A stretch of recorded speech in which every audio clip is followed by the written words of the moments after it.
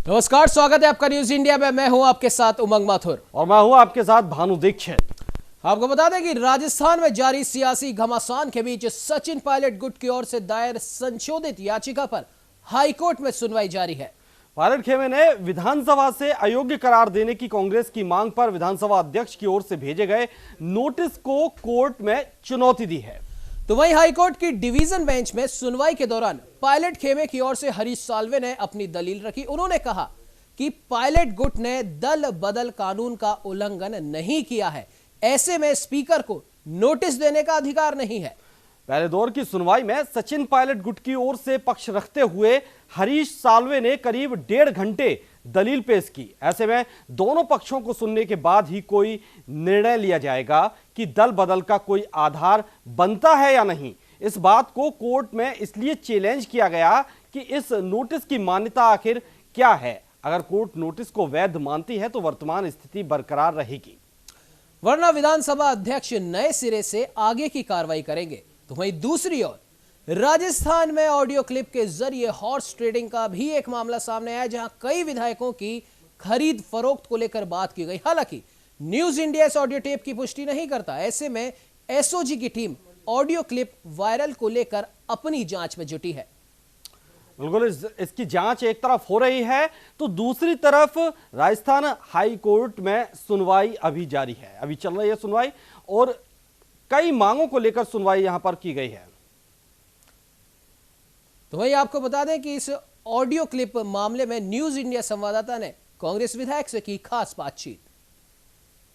अशोक जी गहलोत के साथ हैं और पार्टी के साथ हैं और उनकी निष्पक्ष जो भी वो कहेंगे पार्टी की हम सेवा करेंगे। आप लगातार यहाँ गहलोत कैंप के अंदर हैं, पार्टी के साथ में। एक दिन पूर्व आपका जन्मदिन भी मनाया गया था, जिसके भी फोटोग्राफ्स आए, बड़े खुशी के साथ में आपने समारोह किया। लेकिन इस प्रकार के जो आरोप हैं वो लगाना और सीडी में आपका नाम लेना, आपको लगता है कहीं जो गहलोत कैंप के विधायक हैं इनके नाम पर भी एक बड़े पैसों की वसूली हो गई? ये प्रलोभन का मामला काफ़ी लंबे टाइम से चल रहा है और जैसा कि मैं तो आप सब लोग मित्र लोग यहाँ पे खड़े हो मीडिया के, मैं आपसे निवेदन करूँगा आप भी इसकी जांच करवाएं और कहीं भी हमारा नाम हो तो हमको भी पार्टी से बर्खास्त करने का माननीय अशोक गहलोत जी अधिकार रखते हैं। हम कहीं भी इसमें इन्वॉल्व नहीं है, यही मैं आपसे निवेदन। माननीय सर, कैंप में कई ऐसे विधायक हैं जिन्होंने गहलोत कैंप के विधायकों के नाम पर भी पैसे ले लिए।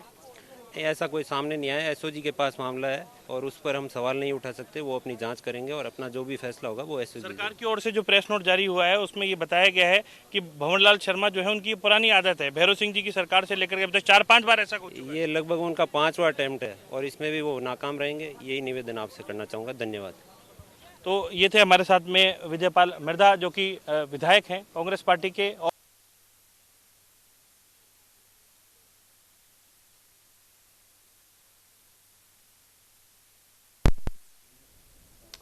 तो वहीं राज्यसभा सांसद किरोड़ीलाल मीणा की प्रेस कॉन्फ्रेंस कर उन्होंने सचिन पायलट के प्रति सहानुभूति जताई है। उन्होंने कहा कि सचिन पायलट वर्तमान में संकट में हैं। तो वहीं किरोड़ीलाल मीणा ने पत्रकारों को बताया कि संकट की घड़ी में पायलट भाजपा में आते हैं तो उनकी मदद करूंगा। साथ ही उन्होंने कहा कि 2008 में 6 विधायक देकर गहलोत की सरकार बनाई थी। संकट की घड़ी 2 बार राजेश पायलट की भी मदद की गई। तो वहीं 2003 में वसुंधरा राजे की मदद कर सरकार बनवाई थी। तो वहीं पायलट गुट अगर भाजपा में आता है तो कंधे से कंधा मिलाकर पायलट की भी मदद करूंगा। लेकिन उनके बयान से ऐसा लगा कि वो भारतीय जनता पार्टी में नहीं आना चाहते, लेकिन कांग्रेस में ही अगर वो रहना चाहते हैं तो फिर उनके आत्मसम्मान का क्या होगा, स्वाभिमान का क्या होगा, अस्तित्व का क्या होगा, उनकी उस पर प्रश्न चिन्ह खड़ा होगा। इसलिए मैं उनको बुलाना चाहूंगा कि भारतीय जनता पार्टी में हो। किसान के बेटे हैं, मैं भी किसान का बेटा हूं, तुझे भी किसान है, मीना भी किसान है और हम सब मिलकर राजस्थान की, विशेषकर पूर्वी राजस्थान में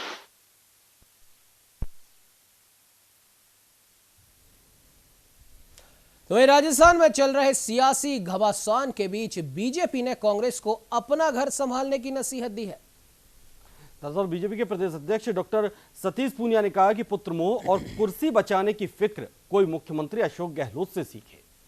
उन्होंने कहा कि अपना घर टूटता देख कोई विक्ट्री साइन दिखाए, ये बहुत ही विचित्र बात है। और साथ ही साथ उन्होंने यह कहा कि कांग्रेस में आपसी लड़ाई का मोहरा बीजेपी को बनाया जा रहा है, जबकि मुख्यमंत्री अशोक गहलोत को सबसे पहले अपना घर बचाने की फिक्र करनी चाहिए।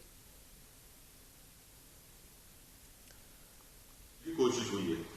मैं ये मानता हूं कि एक तरफ कोरोना के प्रहार ने राजस्थान के लोगों के बीच में त्राही त्राही मचाई हुई है और दूसरी तरफ सरकार एक बार फिर से रिसोर्ट में बंधक और कैद होकर फुटबॉल खेल रही है। ये दुर्भाग्यपूर्ण है।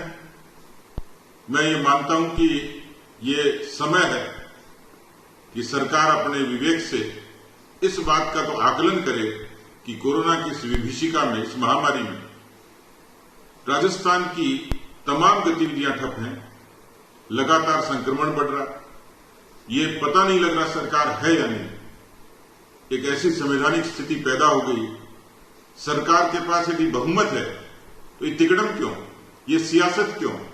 एसओजी, एसीबी, इन सारी संस्थाओं को ये पहले से लगता था कि इनका दुरुपयोग करके और नेताओं के चरित्र हनन की कोशिश होगी। तो आपको बता दें कि इस मामले में शनिवार से ही सियासी घटनाक्रम लगातार नित नए रंग दिखा रहा है। भानु, जिस प्रकार से शनिवार से ये चीज शुरू हो चुकी है, सचिन पायलट और मुख्यमंत्री अशोक गहलोत एक दूसरे के आमने सामने पहले तो डायरेक्ट वार नहीं हो रहे थे, लेकिन जब से ऑडियो क्लिप सामने आई है, कहीं ना कहीं अब सीधे तौर पर हमलावर स्थिति में अशोक गहलोत गुट आ चुका है। बिल्कुल, अशोक गहलोत गुट सीधे तौर पर हमलावर अब स्थिति में है और वो सीधे तौर पर बीजेपी पर आरोप लगा रहा है। लगातार कह रहा है कि कहीं ना कहीं सरकार गिराने की कोशिश की जा रही है। केंद्रीय मंत्री गजेंद्र सिंह शेखावत पर भी आरोप लगाए, हालांकि उन्होंने ऑडियो क्लिप को नकार दिया है। सबसे बड़ी बात भानु यहाँ पर यह देखने वाली यह है कि आज सुबह जब कांग्रेस के राष्ट्रीय प्रवक्ता रणदीप सुरजेवाला ने भी अपनी प्रेस वार्ता की, और हालांकि उन्होंने भी ये चीज कही है, पूरी प्रेस वार्ता में उन्होंने इस ऑडियो क्लिप का जिक्र भी किया और इस ऑडियो क्लिप में जो भी उन्होंने बताए व्यक्तियों के नाम, उन नामों के साथ में पूरी ऑडियो क्लिप में क्या कुछ कहा गया है, बोला गया है, वो सब उन्होंने दोहराया। और अपनी बात खत्म करते करते उन्होंने एक लाइन और जोड़ दी कि इस ऑडियो क्लिप की जांच एसओजी को सौंप दी गई है। कौन इसमें है कौन नहीं है जांच के बाद पता पड़ेगा और जो भी दोषी होंगे उसके खिलाफ कार्रवाई की जाएगी। बिल्कुल, एक बात तो ये। दूसरी बात, एसओजी के ही एडीजी अशोक राठौड़ ने भी ये चीज कही है कि हम वॉइस स्पेक्ट्रोग्राफी द्वारा इस ऑडियो क्लिप की जांच करवाएंगे और बिना तथ्यों के हम कुछ नहीं कहना चाहते कि कौन इसमें शामिल है कौन नहीं है। तो जब दोनों ही जनों ने, एक तो एसओजी के अशोक राठौड़ जी ने और रणदीप सुरजेवाला जो कि राष्ट्रीय प्रवक्ता है, उन्होंने आज प्रेस वार्ता करके तमाम राष्ट्रीय मीडिया चैनल्स पर यह चीज कही है कि यह जांच का विषय है। जब यह जांच का ही विषय है तो किस आधार पर उन्होंने इन तमाम व्यक्तियों के नाम लिए और फिर क्या आधार बनता है भंवरलाल शर्मा और विश्वेंद्र सिंह के निलंबन का? बिल्कुल, ये बात समझने वाली है कि आखिर किस आधार पर वो कह रहे हैं कि ये बीजेपी की रणनीति है, साजिश है, और किस आधार पर उनको बर्खास्त कर दिया गया अपनी ही पार्टी के 2 विधायक को। नीरज हमारे साथ जुड़े हुए हैं और लोकेश नागर भी हमारे साथ स्टूडियोज में मौजूद हैं। सबसे पहले नीरज, आपसे यही बात जानना चाहेंगे कि जब कांग्रेस खुद कह रही है कि इस पूरे मामले की अभी जांच होनी चाहिए, इसमें कितनी सत्यता है, क्या सत्यता है इस ऑडियो क्लिप की, इसको लेकर जांच होनी चाहिए, और एसओजी को मामला सौंप दिया गया, एसओजी में एफआईआर की गई, एसओजी ने कार्रवाई भी शुरू कर दी है, जांच भी शुरू कर दी है। जब अभी मामला जांच में पड़ा हुआ है तो फिर ये निलंबन किस आधार पर कांग्रेस कह रही है कि बीजेपी साजिश कर रही है?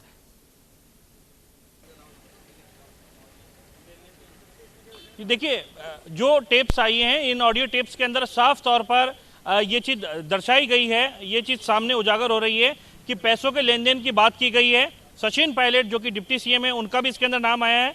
भंवरलाल शर्मा जो हैं, सरदार शहर से आने वाले विधायक हैं, उनकी आवाज़ इसके अंदर है। इसके साथ ही जो है विश्वेंद्र सिंह की आवाज़ जो है वो भी लग रही है। हालांकि ये कथित तौर पर टेप है, इसकी जो सत्यता है उसकी पुष्टि जो है वो वॉइस टेस्ट लेने के बाद में होगी। लेकिन कांग्रेस की ओर से आज ये आरोप लगा दिए गए हैं। रणदीप सिंह सुरजेवाला जो कि राष्ट्रीय प्रवक्ता है, उन्होंने सीधे तौर पर ये बातें कही हैं और उसके आधार पर उन्होंने प्राथमिक दृष्टया जो है दोषी मानते हुए, कांग्रेस पार्टी ने प्राथमिक दृष्टया मानते हुए इनको आरोपी और उसके बाद प्राथमिक सदस्यता से इनको निलंबित किया है। अब पूरी जो जांच है, उस जिस व्यक्ति के खिलाफ जांच होनी है, एसओजी के अंदर मुख्य सचेतक ने खुद ने मुकदमा दर्ज कराया है कि कांग्रेस के जो विधायक हैं उनको तोड़ने का यह प्रयास किया गया है। और जब सरकारी मुख्य सचेतक खुद मुकदमा दर्ज करा रहे हैं, निश्चित तौर पर कांग्रेस पार्टी की सरकार है, पार्टी को एक्शन तो लेना था यहाँ पर।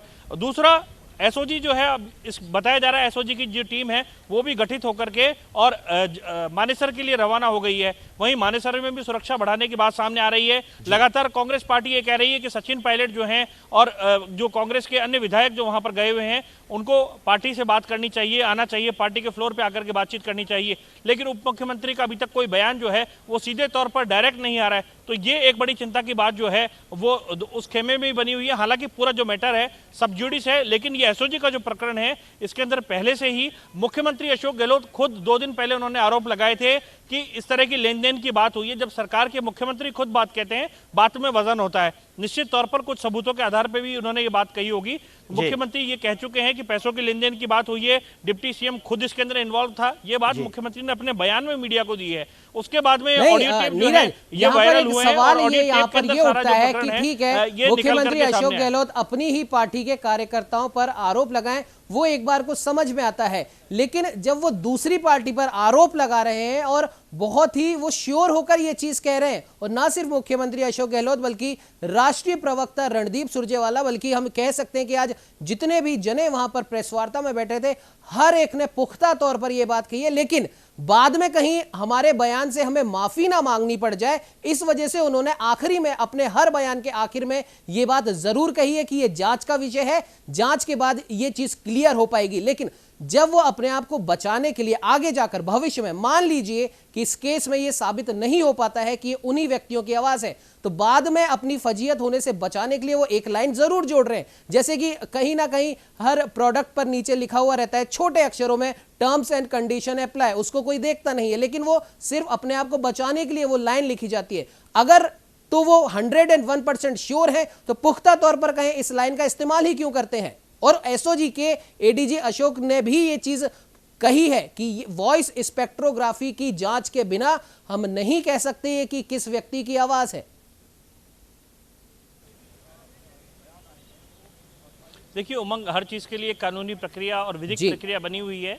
जब तक उस प्रक्रिया से नहीं गुजरा जाता तो सीधे तौर पर नाम लेकर के अगर हम पुख्ता जो है किसी चीज को नहीं कर सकते हैं। जहां तक बात रही तो राजनीतिक रूप से कहने की, तो राजनीतिक रूप से उन्होंने इनके नाम ले दिए हैं और आरोप भी लगा दिए हैं। जहां तक बात रही लीगल स्टेटस की, तो लीगल स्टेटस के लिए पहले जो एसओजी है वो अपनी जांच करेगी, जांच रिपोर्ट के अंदर क्या पाया जाएगा वो अपनी रिपोर्ट पेश करेगी और उसके आधार पर न्यायालय के अंदर ये रिपोर्ट जाएगी और अगर कोई दोषी पाया जाता है, नहीं पाया जाता, ये न्यायालय से तय होगा। इसीलिए शायद ये गुंजाइश जो है ये कांग्रेस पार्टी की ओर से रखी गई है। उन्होंने सीधे तौर पर एसओजी पर छोड़ दिया है, एसओजी इसकी जांच करेगी। दूसरी ओर सियासी मायनों की बात करें तो एक स्पेकुलेशन की बात करें तो एक ये भी निकाला जा रहा है कि अभी भी एक गुंजाइश इन कांग्रेस नेताओं के लिए छोड़ रखी है, मुकदमा दर्ज कराने के बावजूद भी, क्योंकि उनको निष्कासित नहीं किया, ना ही बर्खास्त किया है, जी बिल्कुल, निलंबित किया है। अब आप अंदाजा लगा सकते हैं निलंबन जो है वो आगे वापस भी लिया जा सकता है। कहीं ना कहीं एक गुंजाइश छोड़ी गई है कि यदि ये लोग माफी मांग लें, अपनी पार्टी के अंदर वापस आ जाएं, गले लग जाएं। मुख्यमंत्री ने यह भी कहा है मैं सचिन पायलट को गले लगाने को तैयार हूं। निश्चित तौर पर एक गुंजाइश छोड़ी गई है और कहीं ना कहीं एक्शन लेने का जो मूड है वो भी दिखाया गया है। इससे पायलट खेमे में भी खलबली जो है वो मची हुई है। एक प्रेशर बनाने की पॉलिटिक्स के रूप में इसे देखा जा रहा है। हालांकि जो टेप्स हैं, टेप्स मीडिया के अंदर आई हैं, टेप्स वायरल हुई हैं, ये निश्चित तौर पर कहा जा सकता है, लेकिन पूरा प्रकरण है इसकी एसओजी अब जांच करेगी। एसओजी जांच होने के बाद में कोर्ट के अंदर चालान पेश होंगे, उसके बाद में कौन कौन आरोपी बनाए जाते हैं, किनको दोषी पाया जाता है जांच में एसओजी की ओर से, फिर उसके बाद न्यायालय उस पर अपना फैसला सुनाएगा। तो इसलिए जब तक न्यायालय फैसला नहीं सुना जाता और एक सरकारी एजेंसी जांच कर रही है तो सरकार का ये पहला जो फर्ज बनता है कि सीधे तौर पर अपनी ओर से जो है वो आरोप इस प्रकार के ना लगाएं। इसलिए मुख्यमंत्री ने आज प्रेस कॉन्फ्रेंस करने वाले थे, लेकिन मुख्यमंत्री ने प्रेस कॉन्फ्रेंस नहीं करी। रणदीप सिंह सुरजेवाला जो कांग्रेस पार्टी के राष्ट्रीय प्रवक्ता हैं, उन्होंने आज प्रेस कॉन्फ्रेंस तो क्या नीरज एक सवाल यहाँ पर और उठता है कि जब जांच अभी ये पूरा जो ऑडियो क्लिप का जो मामला है ये अभी जांच के दायरे में, ठीक है, जैसा कि आपने बताया कि राजनीतिक रूप से नाम लेकर आरोप लगा सकते हैं, तो क्या राजनीतिक रूप से ही अगर ये जांच अभी पेंडिंग है, ये जांच चल रही है, इसमें कुछ चीज पुख्ता नहीं है, तो क्या सिर्फ और सिर्फ राजनीतिक रूप से किसी की गिरफ्तारी भी इसमें हो सकती है, जैसे कि संजय जैन की गिरफ्तारी इसमें हुई है? देखिए राजनीतिक रूप से जांच पेंडिंग नहीं है, जांच पेंडिंग है सरकारी रूप से, क्योंकि एसओजी जो है वो सरकार के अंडर में आती है, मुख्यमंत्री सरकार के मुखिया होते हैं। मुख्यमंत्री की ओर से प्रेस कॉन्फ्रेंस नहीं किए गए। जो आरोप लगाए गए वो राजनीतिक रूप से आरोप इसलिए लगाए गए क्योंकि कांग्रेस पार्टी के राष्ट्रीय प्रवक्ता ने ये आरोप लगाए हैं। तो राजनीतिक रूप से ये आरोप लगे हैं। जांच जो है वो सरकारी एजेंसी के पास में है, इसलिए सरकार की ओर से इस पर वक्तव्य नहीं आया है। और सरकार की जब जांच हो जाएगी उसके बाद हो सकता है एसओजी इसके ऊपर प्रेस कॉन्फ्रेंस करें, हो सकता है मुख्यमंत्री इसके ऊपर प्रेस कॉन्फ्रेंस करें, लेकिन फिलहाल जो है वो इसकी जांच होना बाकी है। उसके बाद न्यायालय से भाई इस पर बिल्कुल नीरज अभी इसकी जांच होना बाकी है और क्या कुछ होता है वो जांच में देखते हैं। अब आगे एसओजी अभी इस पर जांच कर रही है। लोकेश नागर हमारे साथ मौजूद हैं स्टूडियो में। लोकेश, ये तो बात रही ऑडियो टेप की, अब दूसरी तरफ हम बात कर लेते हैं जो आमने सामने की टक्कर है और जो कोर्ट तक पहुंच चुकी है टक्कर, और कोर्ट के द्वार पर सचिन पायलट भी हैं और सरकार भी है, दोनों तरफ से गहमा गहमी हो रही है, सुनवाई जारी है, सुनवाई चल रही है। लेकिन इन सबके बीच जो बागी विधायक हैं वो कहते हैं कि क्या अभिव्यक्ति की आजादी कोई गुनाह है? अगर हम पार्टी के अंदर रहते हुए उसके आवाज अपनी उठा रहे हैं, नेतृत्व तो हमें ठीक नहीं लग रहा, अगर हम नेतृत्व के खिलाफ आवाज उठा रहे हैं तो हमने क्या गुनाह कर दिया, क्या हमने गलती कर दी? हम किसी दूसरी पार्टी में जा नहीं रहे, हमने कोई ये संकेत दिया नहीं कि हम पार्टी छोड़ रहे हैं, फिर हमें दल बदल के तहत क्यों नोटिस दिया जा रहा है? बिल्कुल निश्चित रूप से मुख्यमंत्री अशोक गहलोत ने 2 दिन पहले बयान दिया था, उसमें एक माहौल तैयार किया गया था। ये माहौल राजनीति में इस प्रकार का तैयार रखना पड़ता है अपनी छवि को बचाने के लिए। मुख्यमंत्री अशोक गहलोत ने स्पष्ट तौर पर कहा था कि विधायकों की बीजेपी की ओर से खरीद फरोख्त हो रही है और हॉर्स ट्रेडिंग हो रही है। मध्य प्रदेश जैसी स्थिति नहीं बने राजस्थान में, इसलिए कांग्रेस की ओर से अग्रेसिव होकर इस पूरे मामले को लिया गया। 1 महीने के दौरान 2 बार बाड़ेबंदी विधायकों की गई। हम देख सकते हैं राज्यसभा चुनाव के समय भी पूरा घटनाक्रम इस तरह का चला था। उसके बाद एक बार उम्मीद की जा रही थी कि अब कांग्रेस में इस प्रकार की जो बातें थी वो खत्म हो गई, जो खतरा राजस्थान सरकार पे था वो अब समाप्त हो चुका है। लेकिन महज 1 महीने बाद ही ये जिन दोबारा निकल कर बाहर आया और दिल्ली में डिप्टी सीएम सरकार के जो थे सचिन पायलट, उन्होंने दिल्ली में जाकर अपने समर्थक विधायकों के साथ डेरा डाल लिया और कहीं ना कहीं सरकार के ऊपर दबाव की ये एक मानसिकता रखे कि अब तक सचिन पायलट की ओर से कोई ऑफिशियल बयान नहीं आया। वो कैमरे के सामने आकर उन्होंने इस प्रकार का कोई बयान नहीं दिया कि मैं बीजेपी के साथ जा रहा हूं या पार्टी छोड़ रहा हूं। उसके बावजूद अगर इस तरह का राजनीतिक माहौल बनाया जा रहा है तो कहीं ना कहीं दोनों नेताओं की जो टकराव था वो कहीं ना कहीं अब खुलकर सामने है। कानूनी लड़ाई की बात करें, आपको रोकेंगे यहाँ पर हमारे साथ अधिवक्ता, वरिष्ठ अधिवक्ता भी हमारे साथ जुड़ गए हैं, राजस्थान हाई कोर्ट के दिनेश वशिष्ठ जी।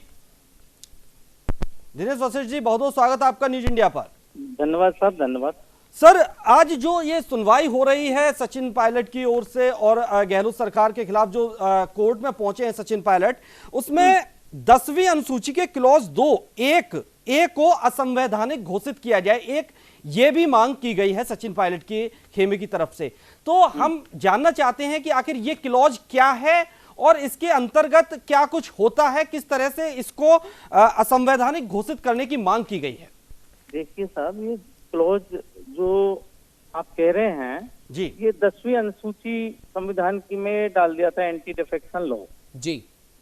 10वीं अनुसूची में डालने का फायदा ये है कि जिससे संविधान से जुड़ जाए जी, और इसको कोई कोर्ट में चैलेंज नहीं कर सकते। लेकिन इस पे लेटेस्ट लॉ कई आ चुके हैं कि कोई भी जो अगर कोई कार्य है कोर्ट से ऊपर नहीं होगा जी, कोर्ट उसको सुन सकता है। तो कोर्ट सुनवाई कर रहा है, कोर्ट के सामने ये है प्रश्न के 7 दिन के नोटिस की बजाय 2 दिन का नोटिस क्यों दिया, पहला। और दूसरे, जो नोटिस आपने दिया है उसमें इतनी जल्दबाजी करने की जरूरत क्या थी? जी। उन्होंने अपने आर्गुमेंट में हरीश साल्वे साहब ने ये कहा है कि ये असंवैधानिक है। संवैधानिक नहीं है, ये असंवैधानिक है कि आप किसी के घर पे जाके और व्हिप जारी करो। और ऐसे तो आप रोज व्हिप जारी करोगे बैठ के कहीं भी। व्हिप जारी कर दिया मुख्य सचेतक ने, आ जाओ नहीं तो सदस्यता समाप्त होगी। पर डे आप 2-2 आदमियों के खिलाफ करते जाओ व्हिप जारी। ऐसे नहीं है। व्हिप जारी करने का अर्थ है 10वीं अनुसूची के तहत भी फ्लोर ऑफ द हाउस पे आप व्हिप जारी करोगे और उस व्हिप के पे कोई लाइन होगी कि सब इस लाइन पे आपको सरकार के साथ रहना है। इसमें कोई लाइन ही नहीं थी, आपको आना है मीटिंग में। अब मीटिंग में यदि आपके आंतरिक लोकतंत्र की मीटिंग है तो उसमें कोई व्यक्ति कुछ भी बोलेगा। इन्होंने तो जो विधायक बाहर बैठे हैं, हरियाणा में बैठे हैं, उन्होंने किसी के खिलाफ कुछ नहीं बोला, पार्टी के खिलाफ नहीं बोला। क्या उल्लंघन है ये? बिल्कुल दिनेश जी, लेकिन अगर हम बात करें इस नोटिस के बारे में या जो व्हिप जारी किया गया है उसमें ये कहा गया है कि पार्टी को ये सूचना मिली है, आलाकमान को ये सूचना मिली है कि कुछ पार्टी विरोधी गतिविधियां हो रही है, ऐसी सिर्फ सूचना मिली है। तो क्या इस सूचना के आधार पर भी ये व्हिप या ये नोटिस जारी किया जा सकता है? पार्टी विरोधी गतिविधियां हो रही हैं तो पार्टी विरोधी गतिविधियां कौन कर रहा है? पहले तो उनको ये बताना चाहिए पार्टी विरोधी गतिविधि ये कर रहा है, ये फला आदमी कर रहा है। जी 19 नाम उन्होंने दिए हैं जिनको 19 नाम उन्होंने अपनी पार्टी के लोगों के लिए हैं और जो पार्टी में मौजूद थे, जी पार्टी के अंदर थे, उनका निष्कासन नहीं हुआ था जी। उनको कोई लाइन नहीं बताई आपने कि इस लाइन पे पार्टी का समर्थन करना है जी, कुछ नहीं बताया। वो जब हरियाणा में बैठे हैं, आप व्हिप जारी कर रहे हो, ऐसी क्या मजबूरी आ गई? और पार्टी में बैठ के आप किस चीज के लिए मीटिंग कर रहे हो? मीटिंग इस बात के लिए कर रहे हो 109 है हम जी। ये क्या, ये कौन सा व्हिप है? 109 हो आप ये बताने के लिए बुला रहे हो क्या किसी को आप? उसमें तो दूसरा ग्रुप कह रहा है हम 19 हैं जी। और जो 19 हैं वो प्रदेश कांग्रेस पार्टी के अध्यक्ष के साथ बैठे हैं और ये सब चीज पार्टी विरोधी गतिविधि हो रहे हैं। ये तय करने वाला मुख्यमंत्री नहीं होता, ये तय करने वाला होता है पीसीसी अध्यक्ष जी। वो तय करेगा पार्टी विरोध में हो रहा है या पक्ष में हो रहा है। मुख्यमंत्री का काम है सरकार चलाना जी, बिल्कुल। मुख्यमंत्री का काम ये नहीं है कि पार्टी विरोधी गतिविधि क्या हो रही है। पार्टी विरोधी गतिविधि तो प्रदेश कांग्रेस अध्यक्ष आपके पास मौजूद है, इतना बड़ा तंत्र मौजूद है, वो देखेंगे और वो आपको रिपोर्ट करेंगे उस समय। तो लेकिन दिनेश जी ऐसे में एक बात यहाँ पर यह भी उठ के आती है कि जैसे कि आरोप लगाए गए हैं खुद, हालांकि अभी हटा दिया गया है पद से, लेकिन उस समय सचिन पायलट जी पद पर थे, पीसीसी अध्यक्ष के पद पर थे। ऐसी भी बात कही जा रही है कि जब खुद प्रदेश अध्यक्ष ही ऐसे काम कर रहा हो तो शायद मुख्यमंत्री को ये पावर होती है। इसमें कितनी सच्चाई है? नहीं, अगर प्रदेश कांग्रेस अध्यक्ष कोई गलत काम कर रहा है तो मुख्यमंत्री के पास कोई अधिकार नहीं है। फिर एआईसीसी के संगठन महामंत्री, एआईसीसी के प्रेसिडेंट, उनके पास पावर है। मुख्यमंत्री कह सकता है उनसे शिकायत के साहब ऐसे ऐसे प्रदेश कांग्रेस अध्यक्ष मेरे खिलाफ गड़बड़ी कर रहा है, आप इसको देखो जी। तो वो देखेगा। और आज की डेट तक, आज की तारीख तक एआईसीसी ने कोई आदेश उसके पद से हटाने का शायद जारी नहीं किया है। बिल्कुल, कोई आदेश अभी नहीं आया है। रोकेंगे दिनेश जी हम आपको। यहाँ पर हमारे सहयोगी दीपक चावला भी हमारे साथ जुड़ गए हैं। दीपक, आज जो केस चल रहा है उस केस को लेकर क्या कुछ अपडेट है आपके पास? देखिए बिल्कुल भानु, कल सुनवाई होनी थी लेकिन कल किसी वजह से सुनवाई नहीं हो पाई। आज फिर से सुनवाई जारी है। 1 बजे से लगातार दोनों ही पक्षों की ओर से बहस जारी है। जो सचिन पायलट की तरफ से जो वकील हरीश साल्वे, उनकी बहस पूरी हो चुकी है। अब स्पीकर जो है उनकी तरफ से अधिवक्ता अभिषेक मनु सिंघवी, उन्होंने बहस अपनी शुरू कर दी है। देखिए मामला काफी ज्यादा सेंसिटिव है और दोनों ही पक्षों की बातें है वो सुननी पड़ती है और ऐसे में माना जा सकता है कि कोर्ट दोनों पक्षों की बात अब सुनकर जल्द कोई अहम फैसला ले सकता है। सचिन पायलट का जो वकील है और सचिन पायलट के जो विधायक है, उन्होंने कहा है कि जो उन्हें स्पीकर ने जो नोटिस दिया है वो गलत है, जबकि स्पीकर की ओर से कहा गया है कि नोटिस देना उनका अधिकार है। बाकायदा सेक्शन 10 में ये अधिकार भी दिया गया है। बस इसी असमंजस की स्थिति में दोनों तरफ से याचिका दायर की गई है। इस पर सुनवाई जारी है। आज जब ये सुनवाई जारी थी तो जो महेश शर्मा है माफ कीजिए महेश जोशी मुख्य सचेतक, उनकी तरफ से ये जो है कॉन्वेट यहाँ पर दायर की गई है, तो उस पर भी ये सुनवाई होगी। तो कह सकते हो कि पूरा मामला भी सुनवाई में जारी है और कभी भी जब सुनवाई पूरी हो जाएगी, बहस पूरी हो जाएगी, तो फैसला हाईकोर्ट ले सकता है। किस तरह का ये फैसला होगा वो देखने वाली बात होगी। देखने वाली बात होगी दीपक कि क्या कुछ फैसला होता है।